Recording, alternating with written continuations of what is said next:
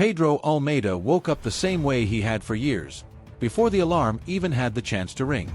The soft dawn light slipped through the curtains, revealing the simplicity of his room: an old fan, a worn-out wardrobe, and a small bedside table with only a few items, among them, a faded photograph of a smiling young boy. Lucas. A picture Pedro had stared at so many times he remembered every detail by heart. Pedro ran a hand over his tired face as he sat on the edge of the bed, gathering the strength he needed for another long day. In the kitchen, the smell of coffee slowly filled the room. It was a small ritual, but it kept him going. Boiling water, ground coffee filtered through cloth, and his favorite cracked cup, one he refused to replace. He leaned against the counter and watched the steam rise, remembering days when the house wasn't filled with silence, but with laughter, footsteps, and conversations.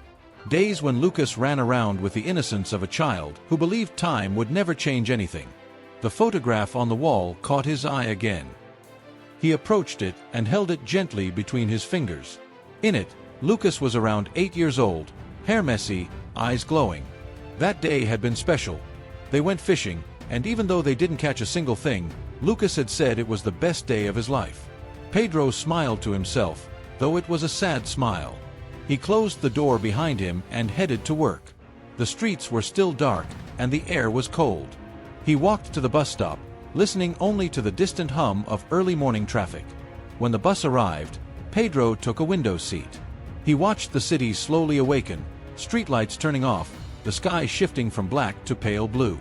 At the metal factory, everything was the same as always. Loud machines, heavy air, routine movements. Pedro put on his gloves, safety glasses, and started his work. He knew every step, every weight, every process. After more than 20 years, it had become part of who he was. Sometimes, his shoulder locked with pain, a reminder that his body no longer handled strain the way it used to. But Pedro ignored it. He needed this job. He needed to pay the bills. He needed to keep moving. The younger workers chatted excitedly about their plans: buying motorcycles, traveling, going out, upgrading their phones. Pedro listened quietly. Their lives sounded so different from his own. He simply kept working. During lunch, Pedro sat alone at a small table tucked away in a corner. He opened his lunchbox: rice, beans, and chicken, the same meal he ate every day. He ate slowly, stretching the moment as long as possible. Then he opened his wallet and pulled out another worn photograph. Lucas, a teenager this time. Pedro remembered the day that picture had been taken. He remembered how proud he felt, how hopeful. His eyes grew moist for a moment, but he quickly wiped away the tears. In the factory, no one cried. When the shift ended, Pedro's body ached. He took the bus home, heated his dinner, and turned on the television, not for entertainment, but to drown out the silence. He thought about Lucas. They hadn't talked properly in weeks, maybe months. Conversations were always short, rushed. Life had pushed them apart. Until that night, when his phone vibrated. Lucas. Pedro's heart raced as he answered. "Dad," Lucas said, his voice full of excitement, something Pedro hadn't heard in a long time. "Hey, son," Pedro replied, trying to hide how anxious he was. "Dad, tomorrow I have a surprise for you. Come to this address at 9. I'll text it to you." "A surprise? Did something happen?" Pedro asked. "Don't worry. It's good. Just come, okay? It's important." Before Pedro could ask anything else, the call ended. He stared at the phone for a long time. Happiness, fear, confusion, everything mixed together. He didn't know what to expect, but he couldn't stop imagining possibilities. And as usual, he slept very little.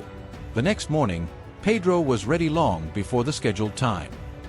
He put on his best shirt, though it was old and faded, brushed his silver hair, and took a deep breath before leaving. After 2 bus rides, he finally arrived at the address Lucas had sent. It was a beautiful neighborhood. Well-kept trees, big houses, clean sidewalks. Pedro felt out of place, but kept walking. Then he saw Lucas approaching. He looked different, more mature, confident. His smile was large and genuine. Pedro felt emotion swell in his chest. They hugged tightly. "You disappeared for so long," Pedro murmured. I know, Dad. Life got too busy. But I'm here now. Lucas placed a key in his father's hand. What is this? Pedro asked, confused. Your present. They walked together toward a stunning modern house. Lucas unlocked the door.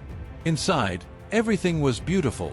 A spacious living room, a brand new kitchen, modern furniture. Everything sparkling. Pedro felt his knees weaken. Lucas, this is for me? Yes, Dad. For you. Pedro covered his mouth, trying not to cry, but tears streamed down anyway. He walked slowly through the house, touching the furniture carefully, as though afraid to break something. I never had anything like this, he whispered. Well, now you do, Lucas said softly. They explored the rooms, the backyard, the balcony. Pedro was overwhelmed. When they returned to the living room, Lucas asked him to sit down. Dad, there's something else I need to tell you. Lucas's expression changed. Serious, deep, emotional. Dad, everything I achieved in life, I owe to you. I only made it because you taught me how to work hard, be honest, keep going even when things were tough. Pedro shook his head gently. I only did what a father should do. No, Dad. You did more than that. Lucas stood and gestured for Pedro to follow him to the master bedroom. On a table sat a thick folder. Open it, Lucas said quietly. Pedro opened it slowly. Inside were dozens of papers. Receipts. Bank transfers. Old deposits. Small amounts, sometimes tiny ones. Money Pedro had sent to help Lucas through school, through hard times, through the beginning of his adult life. Pedro looked up, eyes full of confusion. And Lucas spoke the words that changed everything. Dad, I never used that money for myself. I never wasted it. I didn't spend a cent on anything unnecessary. I invested it. I studied finance, business, entrepreneurship. I worked hard, and everything started with this money, with your sacrifices. Pedro felt the world spinning around him. You saved all this? He asked with a trembling voice. I transformed it, Dad, Lucas replied. I turned your effort into something bigger. He took his father's hands. This house is not my gift to you. It's your gift to yourself. This was all built from what you gave me. All I did was take what you provided and multiply it.